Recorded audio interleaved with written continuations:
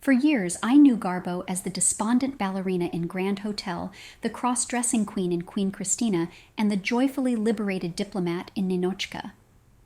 But for a long time, Garbo was known for her adulteress roles.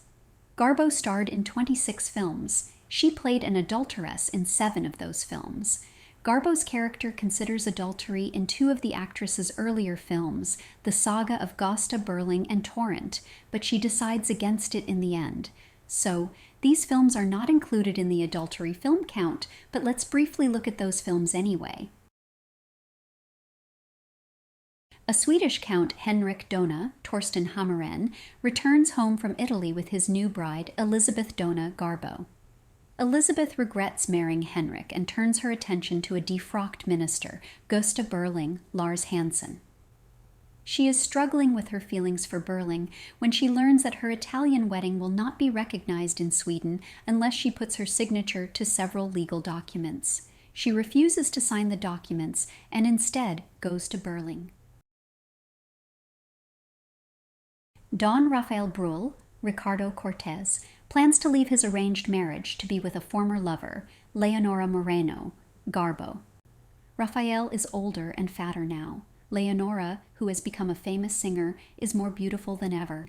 In the end, Leonora is unwilling to break up Rafael's marriage and refuses his marriage proposal. Lois W. Banner, author of Ideal Beauty, The Life and Times of Greta Garbo, describes Garbo in those final moments as looking spiritual and sad. Rafael renews his commitment to his wife for an unhappy but moral ending. Now, let us look at 4 of Garbo's full-fledged adultery films. The title suggests that Garbo has been cast in the outdated and overdone role of a vamp.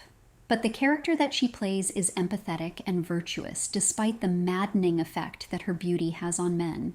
The film opens at a masquerade ball in Paris. Elena Garbo is a trophy wife to Marquis de Torre-Bianca, Armand Callies.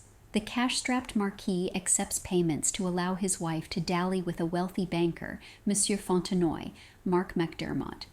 Elena promptly loses interest in Fontenoy once she learns that the banker, who has spent his fortune lavishing her with jewels, has fallen into financial ruin.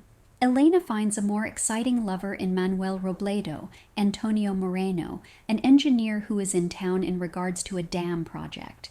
Fontenoy, distressed by Elena's rejection, commits suicide in front of party guests.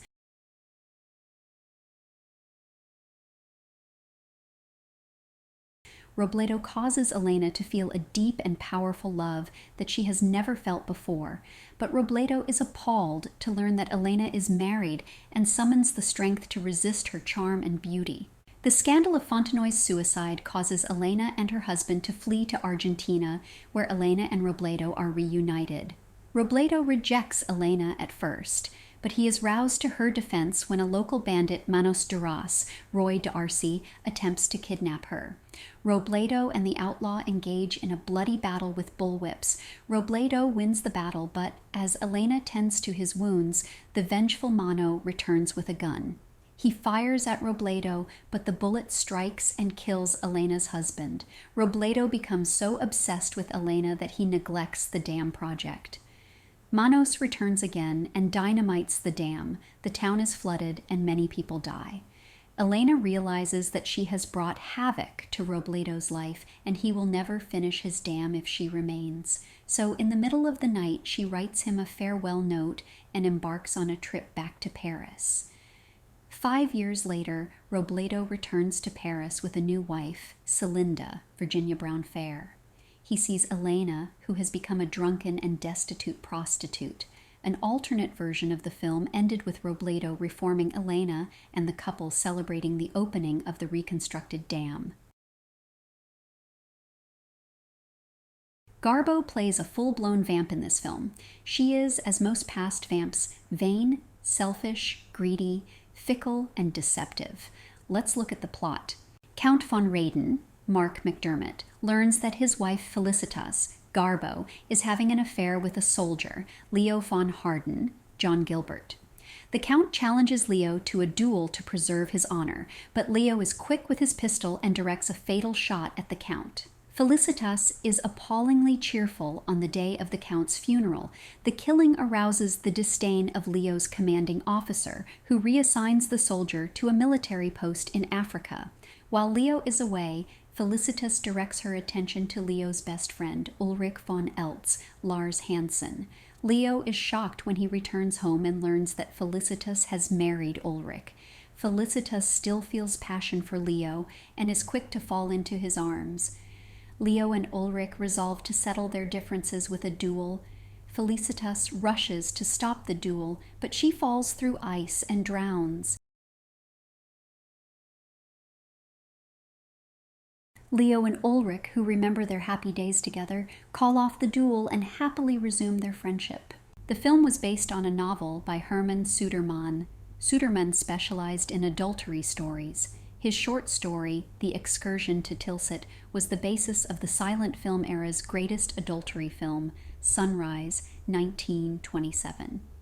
3 films were inspired by his 1908 novel, The Song of Songs, which involved a young woman whose complicated love life includes an adulterous affair. Irene Guerry, Garbo, is married to a much older businessman, Charles Anders Randolph. Irene isn't happy with her marriage and has been sneaking around with a young lawyer, André Dubail, Conrad Nagel. André wants to confront Charles and convince him to divorce Irene, but Irene is fearful that Charles will become violent upon learning of the affair. Frustrated, André promptly ends their relationship and moves away to another city. Irene begins another affair with 18-year-old Pierre Lassalle, Lou Ayres. Charles is enraged when he catches Irene and Pierre kissing in his home. He furiously beats Pierre, ignoring Irene's pleas to stop. Afraid that Charles will kill Pierre, Irene gets a gun and fatally shoots her husband. André returns to town to defend Irene in a murder trial.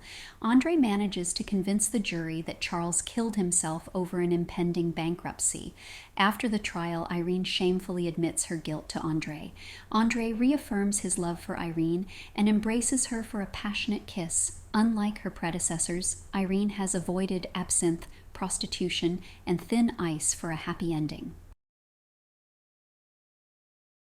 John Sterling Lewis Stone takes his wife Lily Garbo on a business trip to Java. In Java, Lily is seduced by a brutish young prince, Prince Degas, Niels Astor.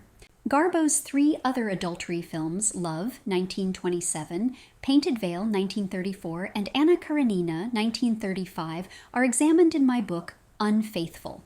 Garbo eventually made a strong effort to move away from the vamp roles.